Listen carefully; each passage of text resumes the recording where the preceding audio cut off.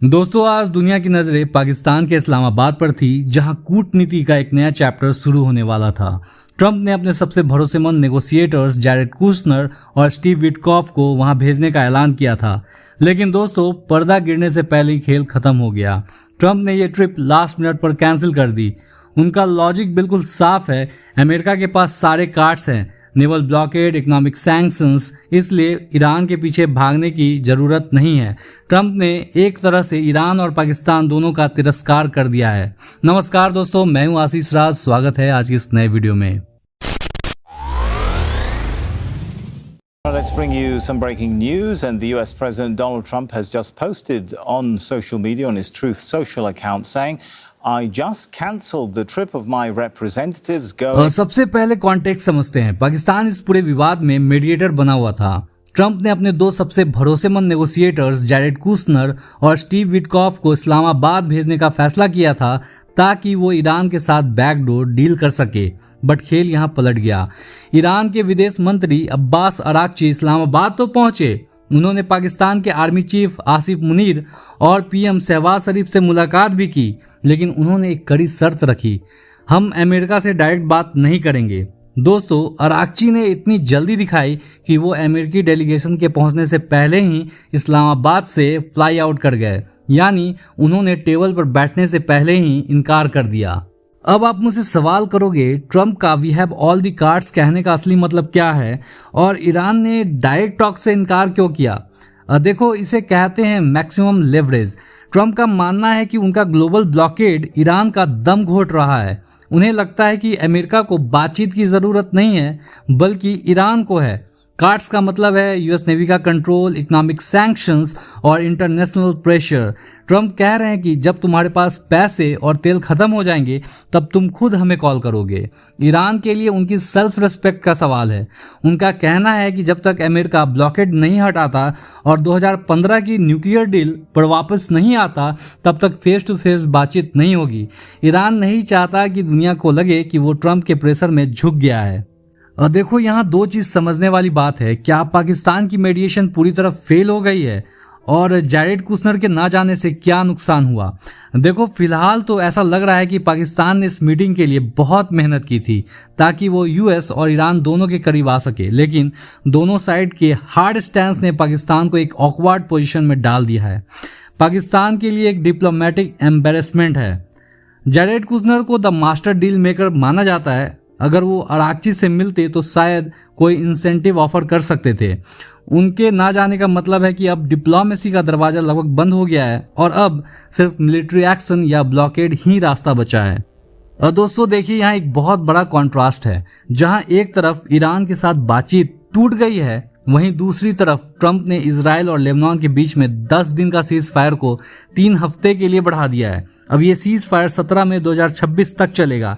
Trump ने Oval office में अपने हार्डलाइन वॉरियर्स जेडी वैंस और मार्को रूबियो के साथ बैठकर ये डील फाइनल की है।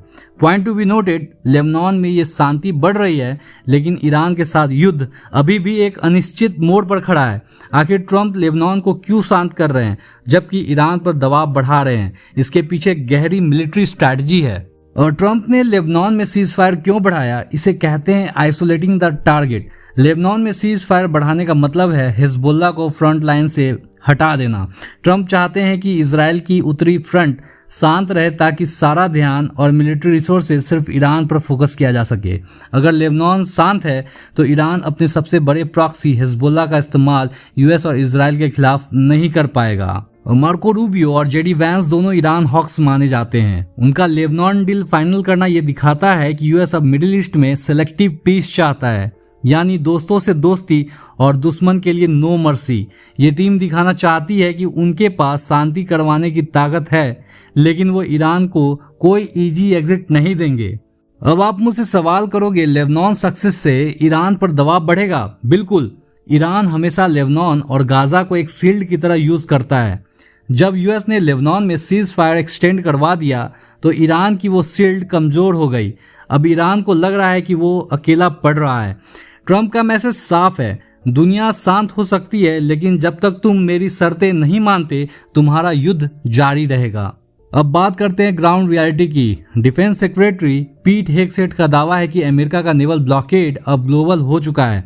रिपोर्ट्स के मुताबिक पिछले 8 हफ्तों में करीब 34 जहाज़ों को या तो यूएस नेवी ने वापस मोड़ दिया है या फिर उन्हें सीज कर लिया गया है। इसे कहते हैं इकोनॉमिक सफोकेशन। लेकिन दोस्तों, इसी बीच एक बहुत इंटरेस्टिंग डेवलपमेंट हुआ है।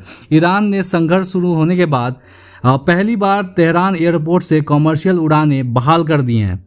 अब सवाल है कि क्या ये संकेत है, क्या ईरान दिखाने की कोशिश कर रहा है कि स्थिति समान हो रही है, या ये सिर्फ एक साइकोलॉजिकल मूव है? ईरान ने कॉमर्शियल फ्लाइट्स अचानक से क्यों शुरू की? इसके पीछे 2 बड़े कारण हैं। पहला, सिग्नलिंग नॉर्मैलिटी। ईरान दुनिया को दिखाना चाहता है कि उनका कमांड एंड कंट्रोल सिस्टम अभी भी मजबूत है और यूएस के ब्लॉकेड से उनकी इंटरनल लाइफ नहीं रुकी है। दूसरा, ह्यूमन शील्ड स्ट्रैटेजी। अगर आसमान में कमर्शियल फ्लाइट्स होंगी तो यूएस और इजराइल के लिए ईरानियन मिलिट्री टारगेट्स पर बॉम्बिंग करना मुश्किल हो जाएगा, क्योंकि कोलेटरल डैमेज का रिस्क बढ़ जाता है। अब आप मुझसे पूछोगे, क्या यूएस नेवी कमर्शियल फ्लाइट्स को भी रोक सकती है? समुद्र पर ब्लॉकेड लगाना आसान है, लेकिन आसमान में कमर्शियल प्लेन्स को रोकना एक्ट ऑफ टेरर या इंटरनेशनल लॉज का बड़ा वायलेशन माना जाएगा। पीट हेगसेट ने फिलहाल सिर्फ नेवल ब्लॉकेड की बात की है। ईरान आसमान का रास्ता यूज करके जरूरी मेडिसिन और इलेक्ट्रॉनिक गुड्स मंगवा सकता है, लेकिन दोस्तों, तेल आसमान से नहीं जा सकता, इसलिए ब्लॉकेड का असर खत्म नहीं होगा। और दोस्तों, समझने वाली बात है, पीट हेगसेट की ग्लोबल ब्लॉकेड स्ट्रैटेजी कितनी सक्सेसफुल रही। अभी तक यूएस नेवी सिर्फ हॉर्मुज पर फोकस कर रही थी, लेकिन अब वो ईरान के शैडो फ्लीट को मलक्का स्ट्रेट और रेड सी में भी पकड़ रही है। 34 जहाज़ों को जब्त करना ईरान की इकोनॉमी के लिए एक बहुत बड़ा फाइनेंशियल हार्ट अटैक है। यूएस का मकसद है ईरान के तेल का एक्सपोर्ट 0 पर लाना, और दोस्तों, वो इसके बहुत करीब पहुंच चुके हैं। और दोस्तों, भारत के लिए ये खबर हाई अलर्ट जैसी है। वेस्ट एशिया की ये आग हमारी दहलीज तक पहुंच चुकी है। इसके 3 बड़े इम्पैक्ट समझिए। सबसे पहला, एनर्जी क्राइसिस। हॉर्मुज ब्लॉक होने से और पीस टॉक विफल होने से कच्चे तेल की सप्लाई चेन पर भारी दबाव बना रहेगा। जब तक समुद्र क्लियर नहीं होता, तब तक तेल की कीमतों में वोलेटिलिटी बनी रहेगी।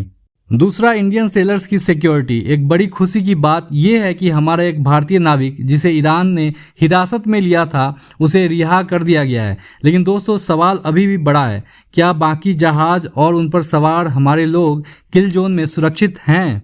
तीसरा, भारत का करंट अकाउंट डेफिसिट। यहां से सीधे तौर पर इफेक्ट होगा। दोस्तों, इकोनॉमिक्स सिंपल है। अगर हम महंगा तेल इंपोर्ट करेंगे तो हमारा डॉलर बाहर जाएगा और हमारी इकोनॉमी पर दबाव बढ़ेगा। अब आप मुझसे सवाल करोगे, क्या भारत अपनी नेवी को स्कॉट मिशंस के लिए परमानेंट डिप्लॉय करेगा? बिल्कुल। ऑपरेशन संकल्प को अब और बड़े लेवल पर एक्सपैंड किया जाएगा। इंडियन नेवी के डिस्ट्रॉयर्स और फ्रिगेट्स अब सिर्फ पेट्रोल नहीं करेंगे, बल्कि इंडियन फ्लैग टैंकर्स को पॉइंट टू पॉइंट स्कॉट दे सकते हैं। इसका खर्च हमारे डिफेंस बजट पर पड़ेगा, लेकिन एनर्जी सिक्योरिटी के लिए ये बहुत जरूरी है। तो दोस्तों, इस्लामाबाद टॉक्स फेल हो चुकी है। यूएस ने ग्लोबल ब्लॉकेड तेज कर दिया है और भारत अपनी एनर्जी सिक्योरिटी बचाने की जंग लड़ रहा है। आपको क्या लगता है, क्या भारत को अमेरिका के दबाव में आना चाहिए या अपनी स्ट्रैटेजिक ऑटोनॉमी बरकरार रखनी चाहिए? कमेंट सेक्शन में अपनी राय जरूर दें। वीडियो को लाइक और शेयर करें और ऐसे ही डीप जियोपॉलिटिकल एनालिसिस के लिए चैनल को सब्सक्राइब करें। मिलते हैं अगले अपडेट में। मैं हूं आशीष राज। जय हिंद।